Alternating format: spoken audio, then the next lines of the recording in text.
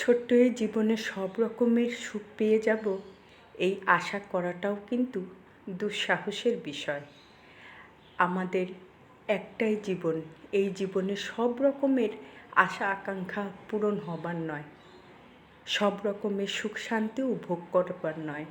কারণ কিছু সুখ, কিছু শান্তি, আবার কিছু দুঃখ, কিছু কষ্ট, এই মিলিয়েই যেন আমাদের জীবন। কিছু ছাড় দিতে হয়, আবার কিছু পেতে হয়। পাওয়া আর না পাওয়ার মধ্যে যেই অঙ্ক, এই অঙ্কটা মেলাতে গেলে অনেক বেশি কষ্ট হয়। দেখা যাবে যে পাওয়ার চেয়ে না পাওয়াটাই বেশি। সেজন্য চাওয়া পাওয়ার অঙ্কটা না মিলিয়েই জীবনটা জীবনের মতো করে চলতে দিতে হয়। এত কষ্ট, এত পরিশ্রম শুধু কিন্তু একটু ভালো থাকার জন্যেই, একটু সুখে থাকার জন্যে, একটু সম্মানের সাথে পৃথিবীতে বেঁচে থাকার জন্যে। এই বেঁচে থাকাটাই যেন আমাদের জন্যে অনেক বেশি কঠিন হয়ে যায় এক এক সময়।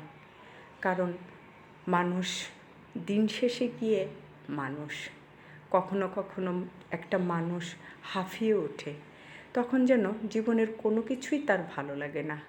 তারপরেও দেখা যায় আবার সব কিছু ধৈর্যের সাথে সে মোকাবেলা করেছে, সব কিছু ঠিকঠাক করে নিয়েছে।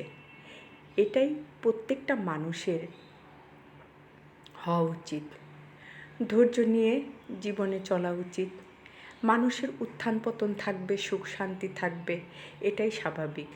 আমি সুখে আছি, কেউ হয়তো কষ্টে আছে, আমি কষ্টে আছি, কেউ সুখে আছে। এই নিয়েই কিন্তু আমাদের সমাজ। আমাদের সমাজে কিছু মানুষ আছে যাদের মধ্যে অনেক বেশি সমস্যা, যে আমি কেন ভালো থাকলাম না।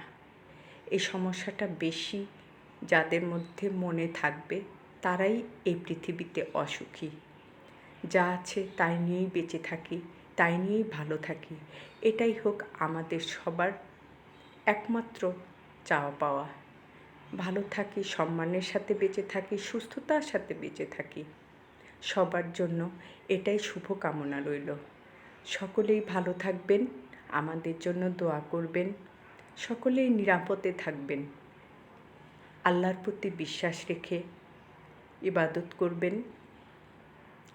দেখবেন যে কোনো বিপদেই আল্লাহ পাক কোনো না কোনো উসিলায় সাহায্য করছেন। এটাই কিন্তু আমাদের সবচেয়ে বড় পাওয়া।